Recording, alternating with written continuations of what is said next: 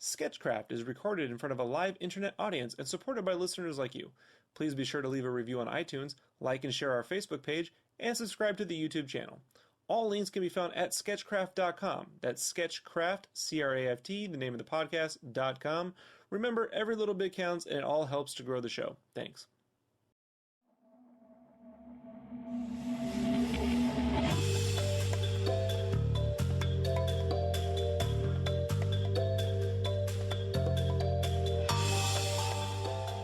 Welcome to Sketchcraft, the podcast for art, games, and process junkies. I'm Rob Duenas, full-time illustrator and graphic artist Esquire.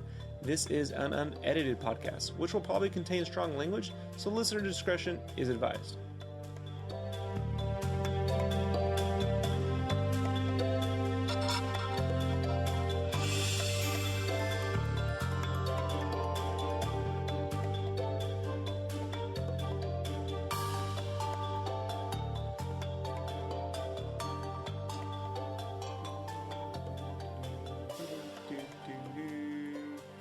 Hey everyone, I'm Rob Duenas, and welcome to Sketchcraft, the podcast for art, games, and process junkies. What a crazy year this has been, and we are only halfway through. Oh my goodness. How are y'all doing out there? How y'all doing? So it's a little bit late at night. This is a very, very special podcast for a multitude of reasons. When we last spoke, and not Game Cave stuff, but Sketchcraft stuff. When we last spoke, I was getting ready for Phoenix Con and all of that jazz. So, first off, Phoenix Con went really, really well. I want to say thank you to everyone who showed up and picked up some prints and some sketches and some commissions. And there actually was quite a few people who listened to the podcast out there who came by and said, you know, how much they enjoyed the podcast, and you know, they're really happy that, you know, I basically talk about stuff that I shouldn't, and they love all that gossip and artist mongering, and hope I don't get in trouble for it. And so thank you. Now, I found it really interesting that 2 or 3 episodes ago I covered a whole thing about fan art. And I'm not going to get crazy into this, but the first part of this podcast basically we talk about the Kickstarter I did with the Earth's Mightiest Tribute print pack and all of the fun shenanigans that entailed. So basically, if you aren't aware, I launched this Kickstarter a couple months ago, actually, in April, figuring I'd have enough time to get the Kickstarter done. And then when I come back from Phoenix Con, well, I was using the Kickstarter to pay for going to Phoenix Con, because basically this was the first year I was going to go out there with no support from like Big Dog Inc. Because normally I go out there with Tom and Big Dog.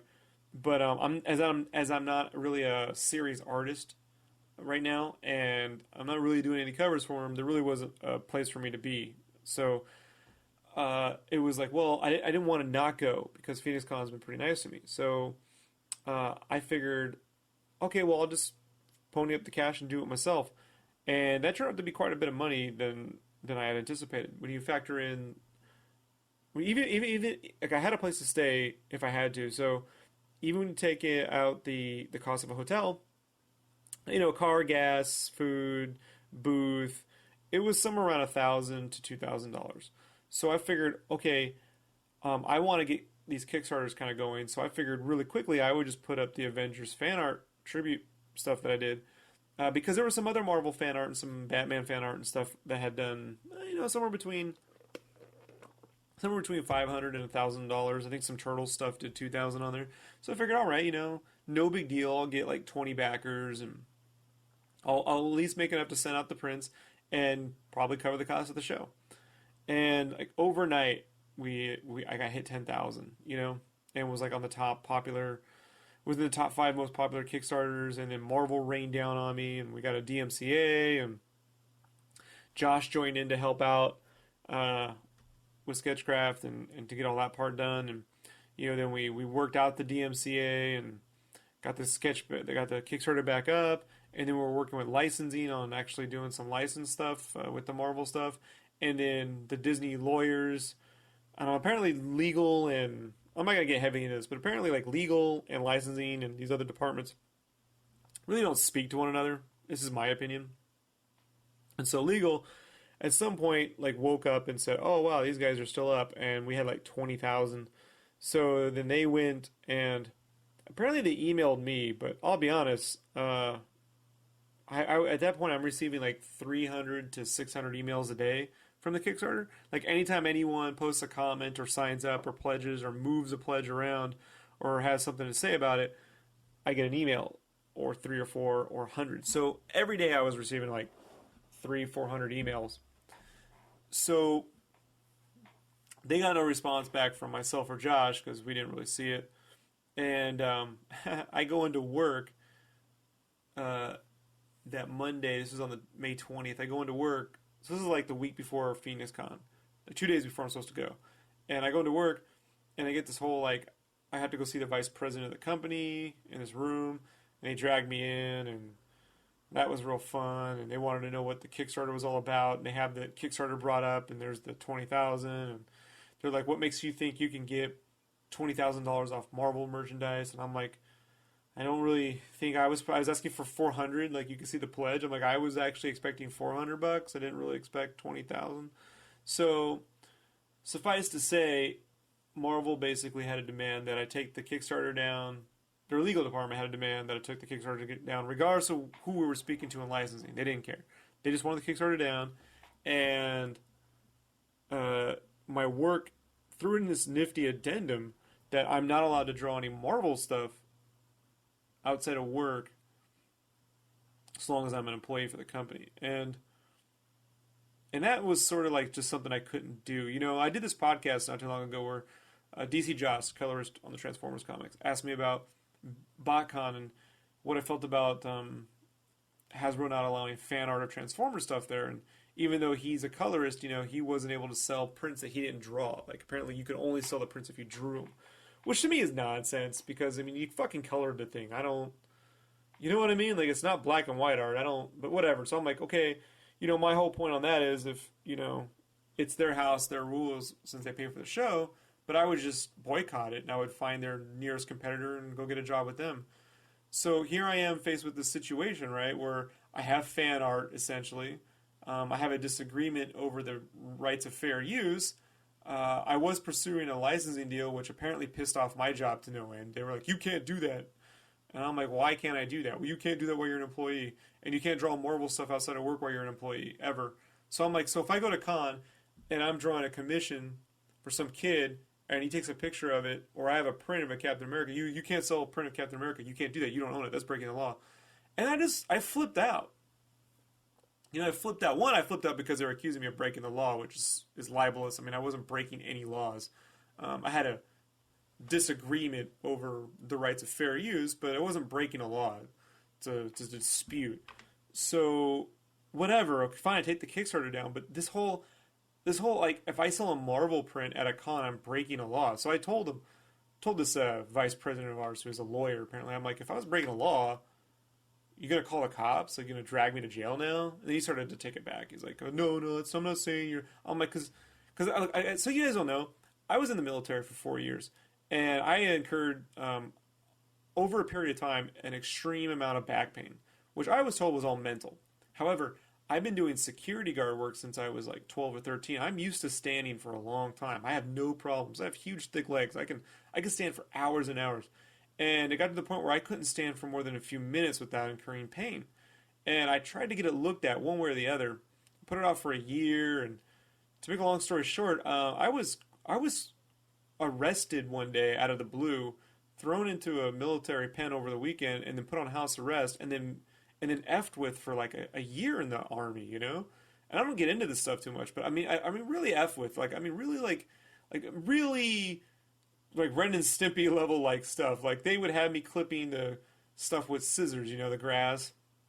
They'd put me in a room that was 3 feet tall, and I'd have to paint it all night, like in the middle of the night, at midnight, and then still get up in the morning, go to my physical therapy stuff, and then come back and, you know, sweep and clean. And so it was just a year of this sort of mental anguish, and then they tried to charge me with the malingering stuff, which apparently is like feigning illness, but I finally got it straightened out, and so when I get accused of breaking the law, I take it very, very serious. Um, very, very serious.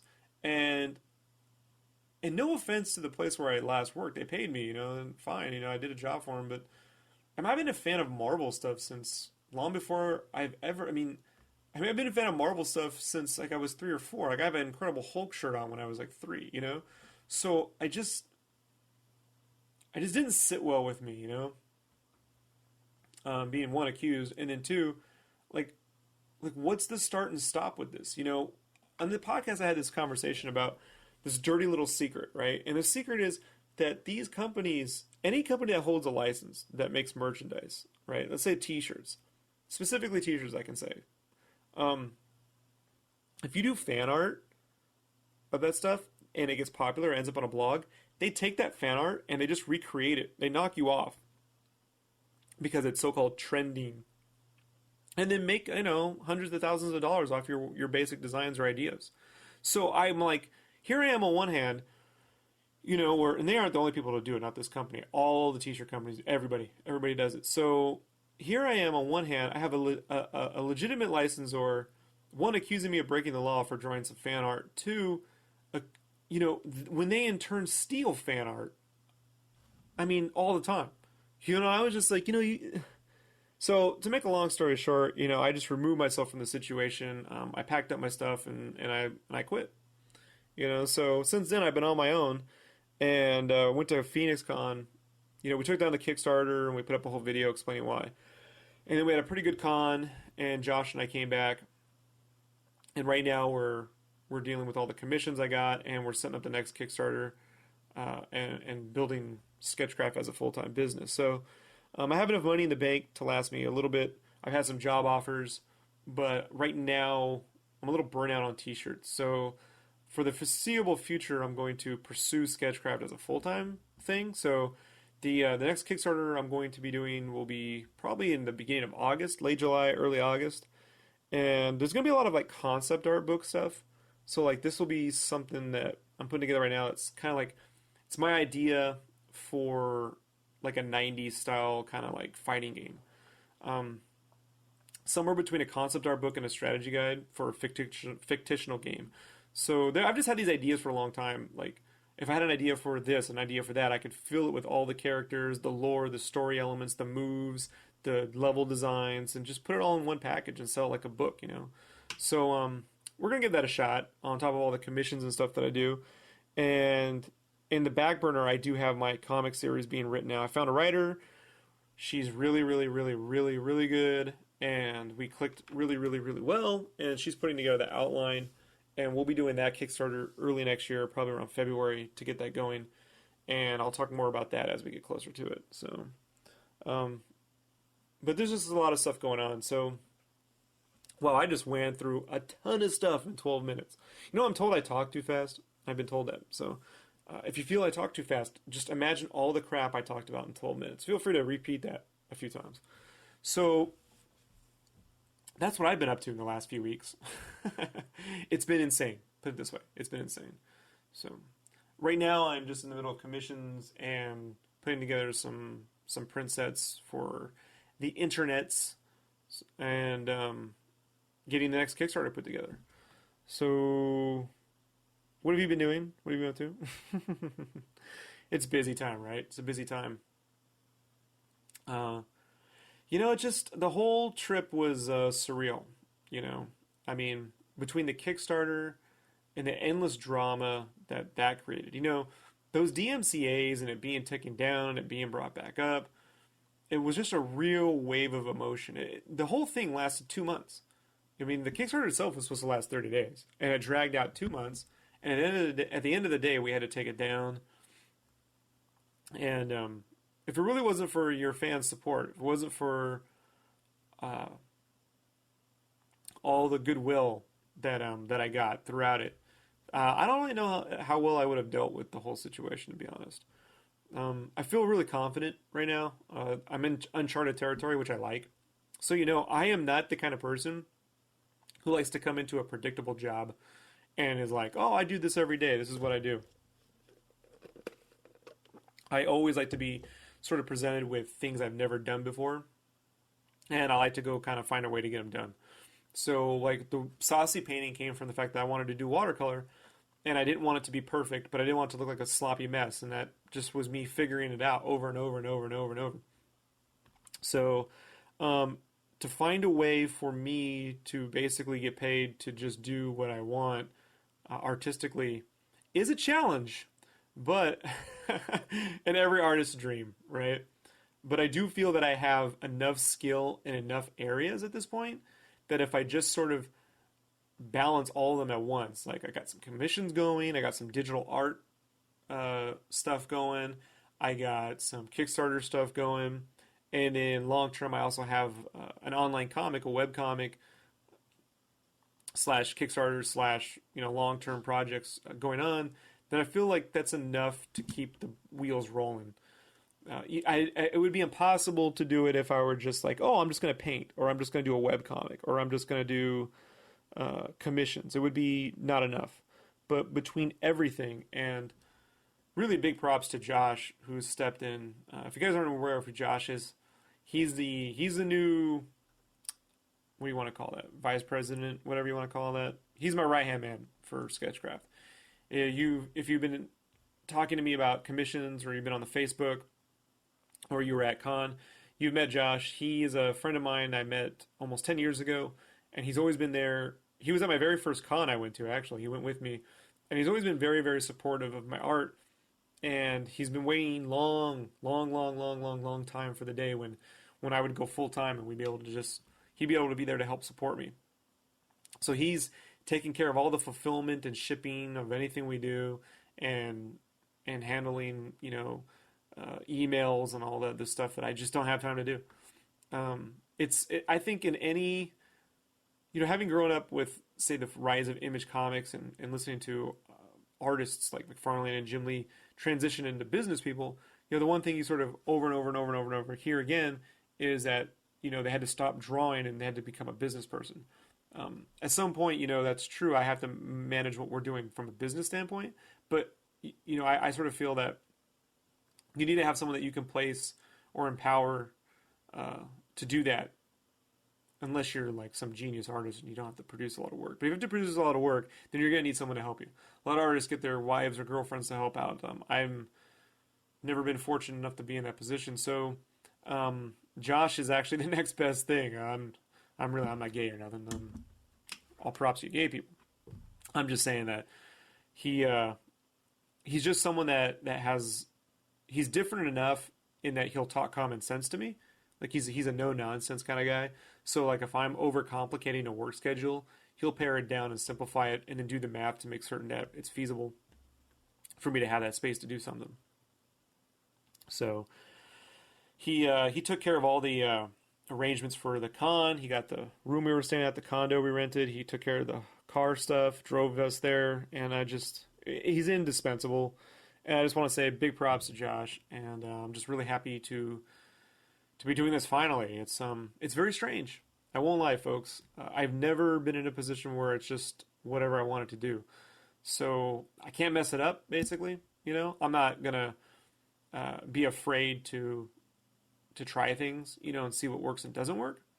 I think at the end of the day, even if I just did Kickstarters for commissions, I could get by on that. It's not much for Josh to get by on, but I know I could get by on it. So, but in terms of like actual projects, I mean, I've had tons of ideas over the years, and I'd like to just see them through, So it all sort of starts here, And I also think too, my thoughts on Kickstarter and crowdfunding, the things I've seen be the most successful, in my opinion, are things that you can't get in a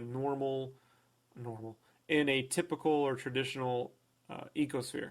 Like, if I were to go to a publisher and say, hey, I want to do a one-shot that's like an idea for a fighting game I've had, and I would just do all these designs and concepts and fill it with story and characters and lore and, endings and designs and locations and maybe some moves and, maybe some video game reviews of my favorite fighting games put in there.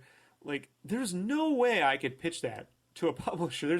There isn't one publisher on God's green earth right now who's going to okay that, let alone put up the money to do it and or give me a cut of all the gross or the net receipt. It's just not going to happen.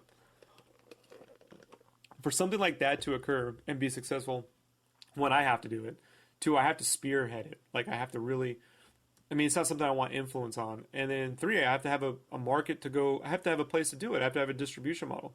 And crowdfunding to me is a place to do that. Not just for this, for anything. I've had ideas for like a critter type game. I've had ideas for things that I don't feel that warrant a full comic. Like I have a comic being made, right? Like it's being written, and I will start illustrating all the stuff for that once the scripts are done, because we've talked about this many times on the cast. I don't draw any comic that script isn't finished, but it is an idea I came up with.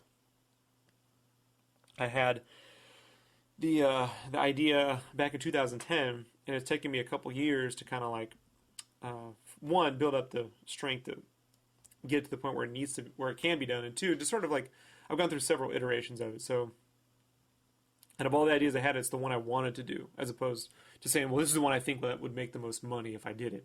It's just the one I really wanted to do. And I've talked about it before. I think before I called it Dungeon Heist. It's called Dragon Heist, and I really can't wait to illustrate it. The writer is Jen Arledge. I think Jennifer Arledge, Rledge. I believe so. I have to check my email. 1 second. Sorry, Jen, if you're listening. I murder names. Let me check really quickly here. Jennifer Arledge, yes. She's fantastic. Out of all the scripts I read, it's not like she wrote the best. It's that her viewpoint was the viewpoint I was looking for from the writer of the story. I was looking for a very specific viewpoint. And a lot of people wrote really cool stuff, but I need to have someone who I can just let do what they do and not try to like teach them to be something that they're not inherently doing, is essentially it. So if I didn't reply to you or say, hey, your stuff's great, please don't take it personal. I got over 100 submissions. I read everything.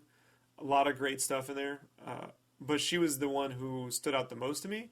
And it actually came down to her and like one or two other people. And she was the only one who followed through after the fact too, So there's something to be said, about that process too. I'm never going to be the kind of guy that has to convince someone to participate. If you want to participate and you want to work with me, then that's to be something you want to do. If you're feeling like it's some weird obligation you have in life, and go somewhere else, because I've made all those mistakes and I'm not going to do that to anyone ever again. So what else? The next Kickstarter. If you're waiting for goods from me, stuff like that, don't feel like I'm not getting to that. I'm working on something else. I'm always working on something.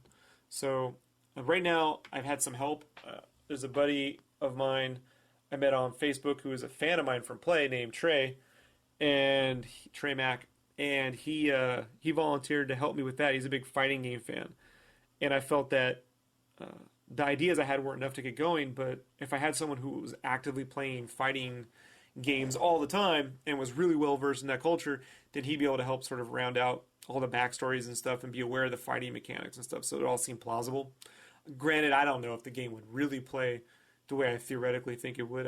Like anything else, games have to sort of be built and then refined based on their actual gameplay. But having grown up with games like Killer Instinct, Street Fighter 2, Street Fighter 2 Champion Edition, Samurai Showdown, all those, I wasn't the biggest Mortal Kombat guy. I liked the movie when I was a kid, and I liked Mortal Kombat 2, but I was really more of a Street Fighter, SNK kind of Japanese fighter kind of guy. Love Marvel versus superheroes, or Marvel superheroes.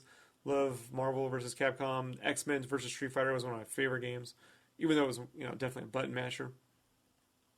But those kinds of games and that kind of feeling and tone, this is stuff I grew up with, that I would have loved to make, and with the level of artwork that I felt would grace every PSM cover back in the day. Those PSM covers that Joe Mad did and Scott Campbell did and all the comic book guys would produce at the time were really influential on me more than even the interiors of comic books. So it's a project that sort of came out of several different ideas, and you had to sort of pick one and get on with it. And so this is the one that I picked, and I'm calling that Rival Blades. Rival Blades. And like I said, you all will see more of that, especially in July. I'll start posting all the concept arts and stuff like that for that around there to sort of build up towards the date. And I hope it really goes well because I have so many other ideas that it would be fun. It would be fun to say, here's my take on if I were to do an RPG, here's how I would do it. Here's the story, the setting, and then actually sort of create a book that would walk you through it if you had actually played it and sort of discover the characters in the story and all the extra stuff as you go along. And then illustrate armor bits or levels and isometric viewpoints and just, it's just fun stuff. So I think and I believe that there's a market out there for that sort of thing. And the artwork has to be executed really well. And it has to be something that's fun and interesting to look at. I don't think anyone can just up and, do that. But I think that I'm in a position to be able to do that. So it's going to start with this one, and we'll see how that goes. What else as we move on really quickly? Is there anything else Sketchcraft related? Oh, yeah. So right now, Josh is building a Sketchcraft forum. If you pick up commissions and want to see work in progresses, if you've picked up prints from us and you want to know the status on everything, we are going to have a forum, if you can believe it or not, where you'll be able to go to and check all that stuff out. I do not expect it to be a giant forum. I'm not trying to create, 12 threads and here's where we talk about games and here's where we talk about movies. It's really just a place to sort of keep track of the different projects. So if you're a backer of a project, you'll be able to go in there. You'll have the backers only forum. If you got a commission, you'll have a commission forum. So we'll see how it goes. We're going to keep it pretty limited. We're also building a store. I'm unfamiliar with the details on that. But as we come up with limited print sets, limited with my own artwork that's available, we'll have a store for you to be able to pick that stuff up. As well as when commissions are available, I'll have like slots open. Like, hey guys, there's a quantity amount in the store for these commissions. Pick one up now, And that's the best way to do it, really, versus, hey, send me your info, I'll send you your info kind of stuff. So we're building it. We're building everything. And thank God for Josh that he can do all that stuff because I'm not really a coder. Video is back up. The video rig is back up. If you guys were following along, the video rig got hit with ransomware when I installed Skype on it. I have no idea how that happened because I had triple firewalled the fucking thing. But that crashed completely, and my buddy Dan had to come over and rewipe the whole drive. This week, since I no longer have a day job, I took a day or two to get everything back up on there. I did record all of the Turtles painting process on my other computer, so I'm rendering that now. And right when I wrap this cast up, I'm going to go record the audio commentary for the Leonardo painting. So I'll have Leonardo up this week, Donatello over the weekend, and then next week will be Raph and Michelangelo. And as well as any of the other commissions, I'll be recording a lot of those as I go along. So we will have lots more videos, thank goodness for that. I was really bummed when that rig came down because I was on a roll there for a while. Let me see what else. Man of Steel comes out in another week. Can't wait. And let me think, what else? That's it, folks. Normally I make a really big itinerary, but tonight I'm just sort of freewheeling the conversation a little bit. Oh, E3 is next week. If you guys haven't listened, I post a Game Cave show where Wesley and I speak for a little over an hour or so on what we hope comes out of E3. So we shall see what actually happens with that. I'm really just looking forward to Smash Brothers. I've said it a million times, but I really, really, really, really am looking forward to the new Smash Brothers. And I'm really hoping that the next Mario game on the Wii is more of an exploration game and less of a Mario Galaxy game. Just because Galaxy's great, but I've got enough of it, especially with the new Sonic game. Like the Sonic's like Sonic Galaxy to me. So I'd really like the next Mario game to be more, more like Mario 64 in that there was an exploration element to it. But I don't know, We shall see. Only another week. This week we shall all find out. I think that's it. I think we're all caught up, everybody. Ross. How you doing, dude? This one's for you, Ross. You alright? How's the art going? Anything you want to talk about? All right. Well, Ross, do me a favor. Just email me at rob@sketchcraft.com. That's sketch, C-R-A-F-T, the name of the podcast.com. And I will let you know. Everyone else, you can email me at the exact same address. That's rob@sketchcraft, the name of the podcast, craft.com. I will respond to you. Again, thank you for everyone who came out to PhoenixCon. It was a wild, wild ride. Next year, I am very much hoping for that booth to be twice the size or twice the decorated. So we're working that out. But we're definitely going to be back next year, one way or the other. I will see you all there. As for future cons, Josh and I are still working that out. I think instead of going to more comic conventions, that I would like to go do some conventions that are kind of based around video games or anime and stuff, just to sort of like branch the cast out a little bit, so I can take the video game related stuff to those cons, and especially like Rival Blades or stuff like that. So we'll see. We'll see. It takes a while to get into these cons too. Sometimes, you know, they usually have waiting lists sometimes. So we are actively working that out. If you'd like to see me at an anime/video game whatever con near you, email me at rob@sketchcraft.com or josh@sketchcraft.com and just let us know, and we will take everything into consideration and see how that goes. I will talk to you all next week. You have a good oh shit, it's Monday. You have a good week, and I'll see you all on the other side of the cast. Bye.